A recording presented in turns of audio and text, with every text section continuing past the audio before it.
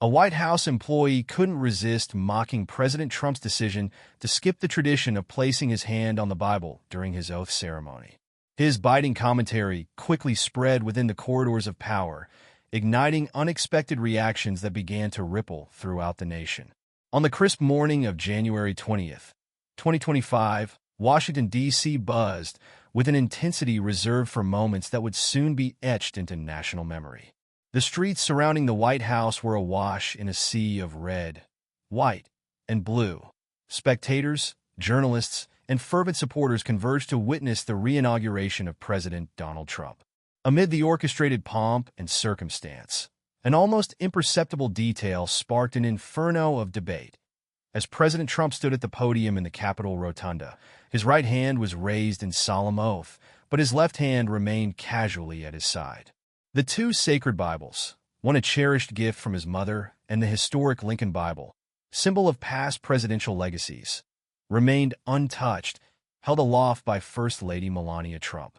In that fleeting moment, the nation's collective gaze shifted from the grandeur of the ceremony to a single, jarring deviation from tradition. For generations, American presidents had placed their left hand on a Bible as they swore to preserve, protect, and defend the Constitution. It was a ritual that transcended mere formality, a symbol of unity, of adherence to a shared spiritual heritage, and of a solemn commitment to the nation's founding values. Yet here, on this fateful day, that cherished symbol was bypassed.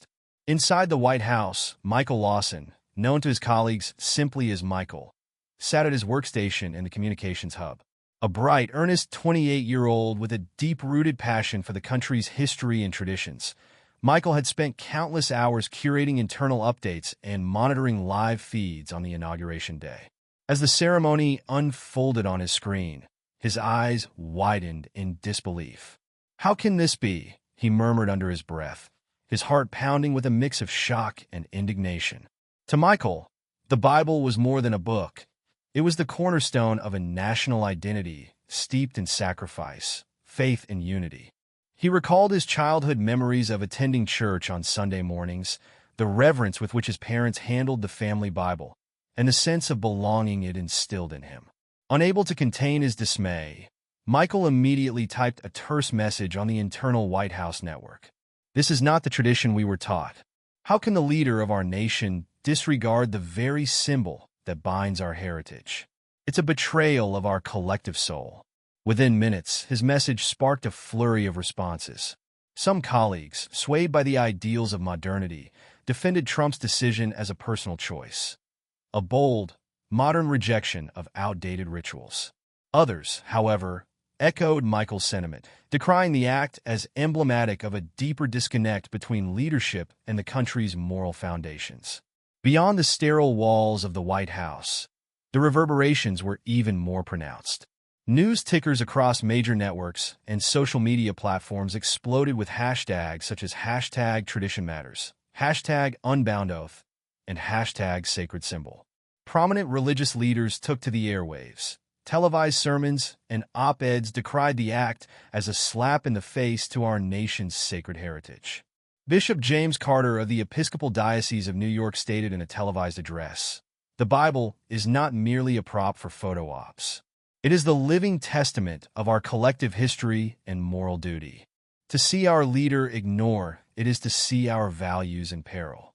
As opinions clashed and the nation polarized into camps of defenders and detractors, Michael found himself at the heart of a maelstrom of questions. Was Trump's gesture merely a personal idiosyncrasy, a calculated move to assert his independence from ritual?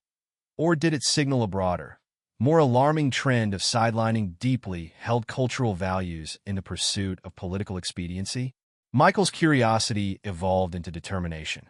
He resolved to investigate the incident further, to understand the layers beneath this seemingly simple act, and to capture its ripple effects on society. Later that day, in a quiet corner of the White House cafeteria, Michael sat down with his friend and co-worker, Jessica Martin, the communications director known for her balanced perspective. Over lukewarm coffee, Michael recounted what he had witnessed and the storm that had erupted online. Jessica listened intently, her brow furrowed in thought. "Michael," she said softly, "this is bigger than just a hand gesture.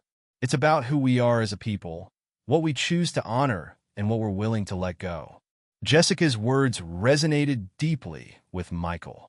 That afternoon, as he began drafting a detailed internal report and preparing to record his thoughts for the upcoming Values and Vision series, a new initiative aimed at reconnecting White House staff with the core principles of American heritage, he realized that his personal discontent was, in fact, a microcosm of the national debate. In a country increasingly divided by political, economic, and cultural fault lines, the omission of a simple gesture had illuminated the cracks in the foundation of shared values. Michael knew that what had started as a moment of personal betrayal could, if harnessed correctly, spark a much-needed conversation. A conversation about the true meaning of leadership, about the tension between tradition and modernity, and about how symbols, however small, carry the power to unite or divide. As the sun climbed higher on that fateful January day, the controversy sparked by President Trump's unconventional oath ceremony began to permeate every corner of American discourse. The omission, Trump's left hand left conspicuously unadorned by the Bible, rapidly transformed from a minor detail into a seismic flashpoint, igniting passionate debates across news channels, social media feeds, and town hall meetings nationwide. Across the nation, traditionalists and devout citizens decried the gesture as a blatant disrespect for sacred tradition. In churches from small towns in the Midwest to grand cathedrals in New York, sermons and public statements resonated with grief over the perceived erosion of values. Reverend James Carter, a widely respected pastor, declared on a popular morning radio show, "When our leader refuses to honor the sacred symbols that have united this nation for centuries, it feels as though he's severing a vital link to our collective soul." His words, broadcast live, soon found their way onto trending hashtags such as #RespectOurHeritage and #SacredSymbol on Twitter and Facebook. At the same time, influential opinion columns in major newspapers dissected the event. Critics argued that by ignoring the symbolic act, Trump was signaling his indifference not only toward religious tradition, but also toward the foundational principles that have long served as the bedrock of American identity. Headlines blared, "A nation unmoored and tradition forsaken. The cost of a careless gesture," while pundits on cable news engaged in fierce debates, some dismissing it as political theater, others warning of a deeper moral decay. Meanwhile, on the streets, communities were divided. In one working-class neighborhood in Pennsylvania, a group of longtime residents gathered outside a local diner, where they held impromptu discussions. Among them was Samuel, a factory worker who had grown up with the tradition of Sunday church services. "This is more than just a photo op," Samuel insisted. "It's about respecting what built this country. If our leaders start ignoring that, what are we left with?" His impassioned words were recorded on a smartphone and shared widely, soon becoming a rallying cry for those who believed that the country was losing its moral compass. Yet not everyone shared Samuel's perspective. In a bustling college town, a young activist named Emily argued that symbolic rituals were relics of a bygone era. "I think it's time we question why we cling to outdated customs," she told a group of friends at a campus coffee shop. "It's not about disrespecting our past, but about moving forward with substance rather than ceremony." Her viewpoint resonated with many in her generation, who saw the act as a bold rejection of empty symbolism, a call to focus on real policy and action. Amid the clamor, President Trump finally stepped into the spotlight with a nationally televised press conference. Standing at a podium set against the stark backdrop of the White House lawn, Trump addressed the controversy directly. His tone was defiant, his rhetoric meticulously crafted to reframe the narrative. "I don't need a Bible to prove my commitment to our great Constitution," he declared, his voice steady.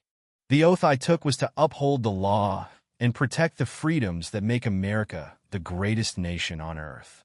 Symbols are powerful, yes, but what truly matters are the actions we take every single day." Trump's remarks were met with mixed reactions. Supporters cheered his words, hailing them as a refreshing embrace of pragmatic governance over outdated ritual. "This is exactly what we need, a leader who puts results over appearances," tweeted one loyalist. However, his critics remained unconvinced, arguing that the president's dismissal of centuries-old traditions underscored a dangerous disregard for the moral and cultural foundations that bind society together. Back at the White House, Michael Lawson, still reeling from the morning's events, found himself drawn into a series of impromptu discussions with colleagues. In a quiet meeting room away from prying eyes, Michael and Jessica Martin, the seasoned communications director, led a roundtable discussion with several staff members. They debated whether the president's gesture was an act of bold modernity or a worrisome signal of eroding values. Jessica, ever the voice of reason, said, "We may not all agree with the symbolism, but what if this is an opportunity? An opportunity to redefine what our values mean in this new era." Michael, inspired by her words, began drafting ideas for a new internal initiative, a series of values and vision workshops aimed at reconnecting staff with both traditional principles and modern imperatives. His goal was to foster an environment where tradition wasn't seen as a chain holding them back, but as a foundation upon which they could build innovative policies that honored the past while embracing the future. As the day wore on, the national debate began to coalesce into broader conversations about the role of tradition in governance. Academic panels, televised debates, and online forums saw passionate discussions about the symbolism of the Bible in presidential inaugurations. Some scholars argued that rituals, though seemingly archaic, serve as vital anchors in times of rapid social change, offering continuity and a sense of identity. Others contended that clinging to symbolic gestures could stifle progress and innovation. In one particularly stirring panel discussion hosted by a leading university, Professor Emily Stevens, an expert in American cultural history, remarked, "This incident, while superficially trivial, reflects a profound tension in our society, the struggle between honoring our heritage and adapting to a modern world. It forces us to ask, what do we truly value, and how do we ensure that our symbols serve to unite us rather than divide us?" By the close of that tumultuous day, it was clear that the controversy had ignited more than just heated debates. It had spurred a movement. Across the country, communities began organizing town hall meetings, interfaith dialogues, and social media campaigns that sought to bridge the divide between tradition and modernity. The president's refusal to adhere to an age-old ritual had inadvertently catalyzed a national introspection about leadership, unity, and the values that define America. For Michael, the experience was deeply transformative. No longer driven solely by personal indignation, he became a passionate advocate for a renewed understanding of tradition, one that embraced both the sanctity of the past and the possibilities of the future. His internal report, later published as an op-ed in a major national newspaper, captured the essence of this duality. In the end, leadership is not defined by the symbols we clutch, but by the integrity of our actions and the depth of our commitment to the ideals that bind us together. In the weeks and months that followed, the debate over that singular gesture became a case study in how small actions can ripple through society, challenging long-held assumptions and prompting collective soul-searching. While Trump's explanation that the Constitution is paramount resonated with some, it left many pondering the true nature of leadership. Was it enough to rely solely on the strength of legal mandates? Or did a nation also need to nurture its cultural and spiritual heritage? Ultimately, the controversy became a catalyst, a call to action for citizens, leaders, and institutions alike to engage in a broader dialogue about who they are and what they aspire to be. And for Michael, the young employee who had borne witness to that fateful moment, it marked the beginning of a lifelong journey dedicated to ensuring that the voices of tradition and innovation were not lost amid the cacophony of modern politics. In the weeks following the inauguration, America found itself in a state of introspection. The event that morning had turned a single gesture into a nationwide debate, a debate not only about rituals and symbols, but about the soul of the nation. For Michael Lawson, the morning shock had blossomed into a deeper, more determined purpose. He no longer viewed the incident simply as a personal slight against tradition. It was, he believed, a sign that the country was at a crossroads, torn between the weight of its storied past and the relentless demands of a modern, polarized world. Inside the White House, a palpable tension simmered among staff members. Michael had, as promised, launched his Values and Vision series, a set of internal workshops and roundtables designed to help employees reconnect with both the time-honored traditions and the evolving needs of a 21st century America. In one such session, held in a modest conference room lined with historical portraits and memorabilia, Michael spoke with a measured yet impassioned tone. Tradition isn't a shackle, he explained to the gathered colleagues. It's the foundation on which we build new ideas. When we see our leader reject a symbol like the Bible, it forces us to ask, are we clinging to the past simply because it's familiar, or are we ready to reimagine our identity in a way that respects our heritage while meeting modern challenges? Jessica Martin, the experienced communications director who had joined Michael during that turbulent morning, nodded. We're not just employees. We are stewards of this nation's legacy. Even if our leaders' actions seem to rattle us, they also provide a mirror.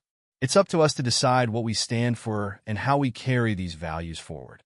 Outside the confines of the White House, the ripple effects of that inauguration moment deepened. Television talk shows, online opinion pieces, and academic panels began to focus on the symbolism of the missing gesture. Conservative pundits argued that Trump's decision was an exercise in personal freedom, an assertion that his loyalty lay with the Constitution, not with archaic rituals. They claimed, the oath is to the law, not to a prop. Yet a counterculture of traditionalists and religious communities decried the act as an erosion of the very values that had, for centuries, held the nation together. On one crisp evening in a Midwestern town, a group of longtime churchgoers gathered in the local community center. Among them was Samuel, a blue-collar worker with deep roots in his congregation. Samuel, whose voice trembled with both anger and sorrow, spoke passionately. Our church has always been a sanctuary, a place where the sacred and the mundane meet. When our leader ignores the Bible, it feels as if he's telling us that our traditions, the very things that give us hope, can be tossed aside like yesterday's paper. Across the country, in university auditoriums and bustling cafes, younger voices like that of college activist Emily Reed challenged the conventional narrative. Symbols, Emily argued during a spirited debate, should evolve with us. Clinging to ritual for its own sake can stifle progress. What matters is that we act with integrity and compassion, values that can be reinterpreted for our time. The contrasting voices reflected a nation divided, a country where old and new clashed in every tweet, every televised interview, and every public forum. Yet even amid the cacophony of opinions, one theme emerged: the need for a renewed, inclusive dialogue about what truly binds Americans together. As the public debate intensified, President Trump eventually took center stage once again. In a widely broadcast press conference on January 28, 2025, he addressed the controversy with his characteristic bravado. Standing in front of a backdrop of American flags and a subdued yet attentive press corps, Trump declared, "I don't need to prove anything by following rituals that are centuries old. The Constitution is our foundation, and that's what I stand for. My actions today are a statement of independence, from tradition, from hypocrisy, from the old ways that no longer serve the American people. I'm here to lead with results, not with symbols." Trump's remarks, delivered in a measured yet unapologetic tone, resonated deeply with his base. Loyal supporters hailed his words as evidence of his modern approach to governance, one that prioritizes the strength of the Constitution over ceremonial displays. However, his critics remained unconvinced. Prominent religious leaders continued to denounce his gesture, arguing that leadership is not only about pragmatic governance, but also about upholding the moral and cultural values that have long unified the nation. In the ensuing weeks, the public conversation began to shift. The polarizing debate over the inauguration gesture gradually evolved into broader discussions about national identity and unity. Academic journals published essays exploring the role of tradition in modern politics, while community leaders from all walks of life organized town hall meetings to discuss how to preserve core values in a rapidly changing world. Michael Lawson, now more determined than ever, found himself invited to speak at several such events. In one memorable address at a regional conference, he reflected, The hand that remains unbound is not a sign of disrespect. It's a call for us to re-examine what truly matters. We must look beyond ritual and focus on the actions that define us as a society. It is through our commitment to justice, compassion, and truth that we forge a future worth inheriting. Gradually, even some of those who had initially railed against Trump's decision began to acknowledge that while symbols are powerful, they are not infallible. The conversation started to bridge the gap between those who revered the past and those who embraced change. A new consensus emerged. The essence of leadership lies not in ceremonial acts, but in the courage to adapt, to listen, and to act with integrity for the common good. Months later, as the nation moved forward under a tumultuous yet transformative administration, Michael Lawson's Values and Vision initiative had grown into a nationwide program. Its workshops, online forums, and community dialogues became a model for how public institutions could balance tradition with progress. Across the country, citizens from diverse backgrounds began to see symbols, like the Bible and presidential inaugurations, not as immutable relics, but as living icons that must be continuously reinterpreted to meet contemporary challenges. President Trump, meanwhile, continued to assert that his unconventional style was a deliberate choice, a means of stripping away superficial rituals to focus on tangible results. Though his explanations did little to placate his critics, they did reinforce the resolve of his supporters, who saw in his actions a promise to break free from what they considered the constraints of a politically correct past. In a final televised address nearly a year after the inauguration, Trump declared, "I stand by my decisions because I believe in progress, real progress that serves our people. Tradition is important, but it must evolve. I am here to lead with strength, to make America great again, not by clinging to old symbols, but by building a future that honors our past and secures our destiny." The nation, still divided by partisan lines, yet united in the acknowledgement of change, continued its journey. The controversy over a single hand gesture had sparked a profound dialogue, a dialogue that reminded Americans that while rituals can guide us, it is our shared commitment to truth, justice, and the common good that will ultimately bind us together. And as the years passed, the inauguration of 2025 became more than just a historical footnote. It became a catalyst for a renewed covenant between the nation's leaders and its people, a call to action to honor both the sacred traditions of the past and the dynamic challenges of the future. In the end, the lesson from the gesture is not about whether a hand touched a Bible or not. It is about the power of symbols to spark meaningful change. It is a reminder that true leadership requires a balance of reverence for the past and bold innovation for the future, and that even the smallest actions can ignite a nationwide conversation about who we are and what we stand for.